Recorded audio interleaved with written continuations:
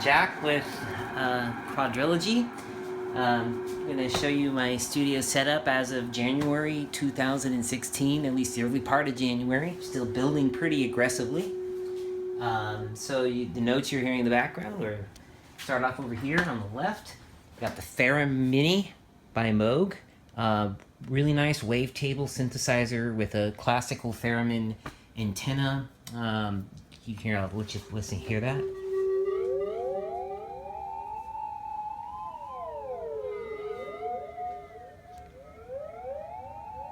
So the way the theremin works is that the left hand controls the volume, and then the right hand controls the notes, and the notes are determined by how close it is to the antenna.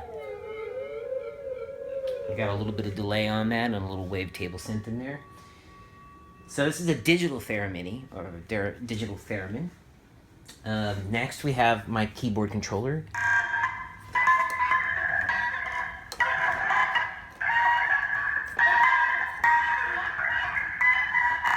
This little guy controls all of the instruments technically because it's a Midi controller. It doesn't actually make any sound on its own. It controls other sounds.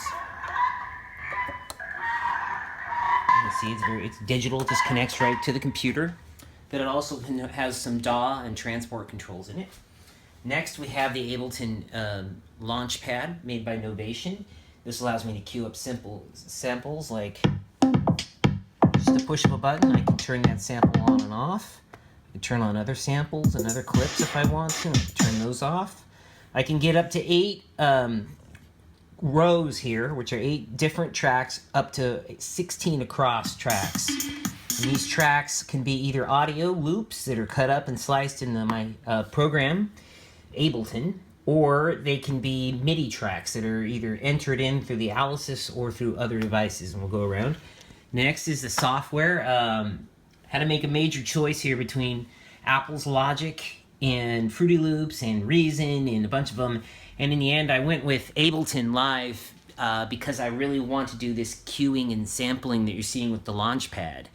But I'm still going to be using some of the other software behind the scenes to generate samples and loops that we're going to be throwing into this little beast. So Ableton, you can see it's able to do sound waves. It's able to do a lot of different things. I'm show you my new instrument that I picked up today, actually. I'm really proud of this little guy. It's called Biotek. It's made by Tracktion with a K, and it's what you're hearing when I play the keyboard. And the idea behind it is you're mixing and melding the concepts of nature and more of a technical sound. So as I move across the screen here, you can see it's going to more of a urban, more of a digital sound. And then I can kind of take it out of the city, back into the jungle, get away from technology, go right back into technology. And this is a brand new synth. It was just recently released at NAMM 2016, January, for the CES show. It wasn't NAMM. NAMM is coming up in a couple weeks, and I've got NAMM on the brain. I'm really excited about what that might be. The Biotek synth is the first of my real virtual synthesizers that I have. First of many that I'll probably end up using. Some of these come pre-built into Logic and Ableton. Some of these you just go out and buy one of, and they're not too expensive in relationship to maybe your DAW software or maybe hardware. All right, so let's take another look down the row here. Over here we have the Zoom G3. It's a multi-effects processor. It's normally made for a guitar, but it actually works really well with these keyboards. And what I really can do with this is I can create at least 3 different virtual stop box pedals that allow me to turn on and turn off different effects. So maybe I'm gonna queue up a node here. So here's like more of the actual flat sound, just a little bit of reverb coming off the amp.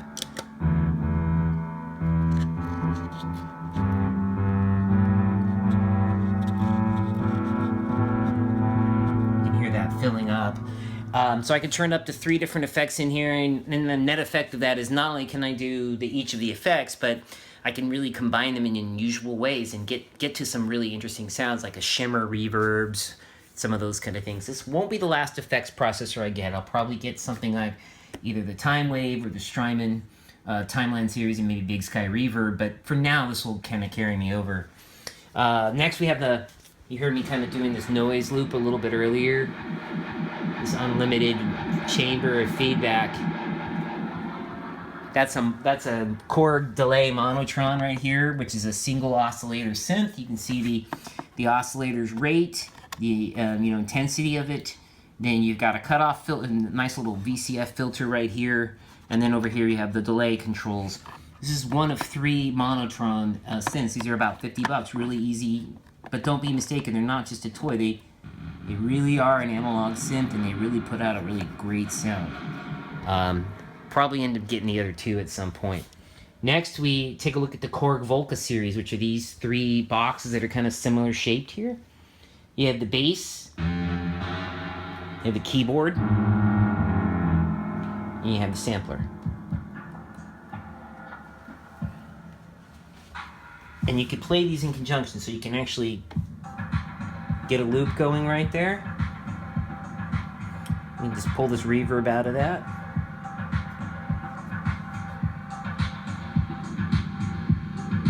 A nice little beat going there.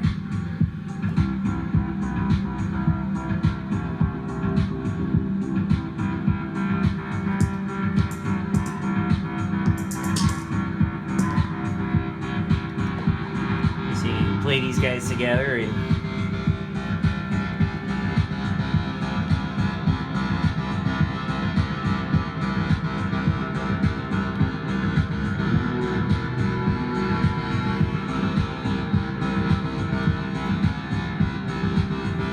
we'll do some in-depth on each of these pieces of equipment in future videos to be coming out in January and February, because we got to get them done, because we're going to be getting some new gear and getting some tracks down.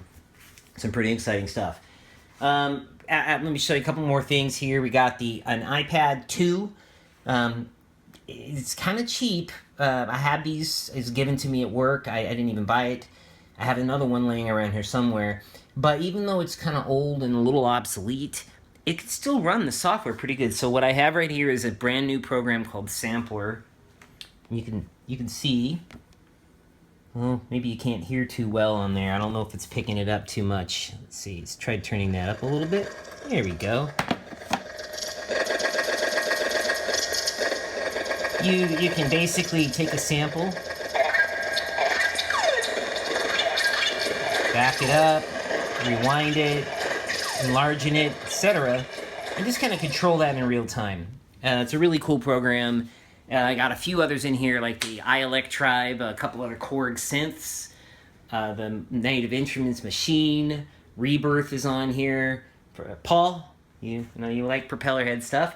And speaking of Propellerhead, I've also got an iPhone 6 here hooked up with music apps. So what I have here is the 5D noise. Responds to multi-touch, pressure, and coordinates.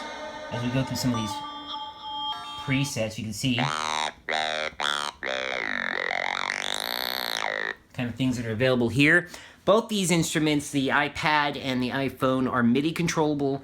And currently, unfortunately, I don't have them hooked up all simultaneously. Right now, I kind of have to mix and match the gear that I have with the 4-track into the computer to do all of them simultaneously. Will probably represent a mixer, which I think is one of the things we're going to be picking up this month. Something maybe from Behringer or Mackie. Really great software. For now, my mixer is a Behringer 4-channel mixer. The point of this was to basically take my mono synths and run it into the G3 to sum these up to have a common reverb to the mono synth, so they have a similar sound before it goes into the DAW. But that being said, I've been studying Ableton, and Ableton's effects are really good too, so we might try a few different strategies. And this device is very capable, but it might show up someplace else. Like it might be hooked up to the Theremin that you heard earlier. It could be hooked up to a guitar, a bass, or my Prodigy. My Moog Prodigy is kind of being repaired. It's a little bit wonky right now. Well, I guess the last piece of gear that I could really show you is the My microphone, this is a USB mic. It's a Snowball by Blue. It can be switched in the back from a cardioid to a compressor pattern, which is pretty cool. Multi-mode microphone will allow you to get a real direct sound if you wanted to mic something like an instrument or a speaker, or a really wide sound if you're doing vocals, you're trying to get ambient pitches. So some of the sounds you're going to hear are going to be sampling inside of the environment through this microphone and then running that into Ableton and then massaging it further. So that's the current setup. Kind of disconnected, but this is kind of a little bit of part two. So if you see a little jump in the editing room, it's because we made an edit in iMovie. But in the back there, you can see the Behringer V-Amp. That's a virtual amp with cabinet modeling and amp modeling and an effects processor. Again, this is not ideal for a studio monitor. It's just kind of serving its job right now because I don't have a monitor. But what I want this to do is eventually just serve as a guitar amp all by itself, and I'll probably either mic it as its cabinet because it has cabinet modeling, and or just run the direct into the DAW. And I'll probably be getting a similar unit, or maybe just a rack unit for the bass. Maybe just run the bass through the Zoom G3 over there. And then down underneath the keyboard, you can see a couple of pedals that I have. A sustained continuous pedal that just sends signal note from 0 to 127, and you can set it to be just an on-off, or you can have it be continuous. And then I have a bank selector that I can use to turn on and off different effects. And I also have a momentary foot switch kind of over in the back next to the Prodigy for being able to just momentarily turn something on and off. That's the studio right now. I've got a lot of great stuff here, very capable of generating all the sounds that I'm hoping you're gonna all want to hear in February and in March. Along the way, there's a couple pieces of gear that I'm going to need to pick up still. As I mentioned, got to get a monitor speakers and an amp. I'll probably be picking up a mixer, like a Mackie mixer. And then finally, to really kind of finish out the mono synth and hardware stuff that really is not virtual, I really want to spend a little bit of time on a particular device that I'm really in love with, and I think you'll love it when you see what it can do. And that device is the Teenage Engineering OP1. It's kind of got tape emulation, so you can run a 4-track quasi tape thing in here, which it sounds like an analog playback. It got 8 different synthesizers in it. It's got a sampler in it, a bunch of effects. It's very fun, intuitive, and inspirational. And at this point, a lot of what I'm looking for is the inspirational. It's about getting those tones, the sounds, the equipment that's fun to play, that's easy to play, and it allows you to really, tweak the sound as you're playing it without it like sounding like you're doing something deliberately, just so you're not just playing something back, but you actually have something that you're doing, you're expressing as part of your overall sound. And again, the main concept here is 4 mono synths, 3 digital synths, the theremin, microphones, guitars, amps. And what we're trying to do here is just create like a series of songs that are about the 4 elements of fire, earth, air, and water, and the depths of those. For example, you've got the shallow water, the river, the depth of the near ocean, and then the depths of the abyss of the ocean itself. Fire will be kind of a spark into full-blown flame, into lava. Water is going to just be described. Earth will be, flat land, hills and mountains, and the air will be the air, inner space, and then the depths of outer space. And then all of that will be framed around the energy of the spirit, the immediacy of dreams, lucid dreaming, and being way, way out there, next lives, heaven world, glory point, and stuff like that. So the music is meant to be a suite of these particular 4 elements framed by a 5th.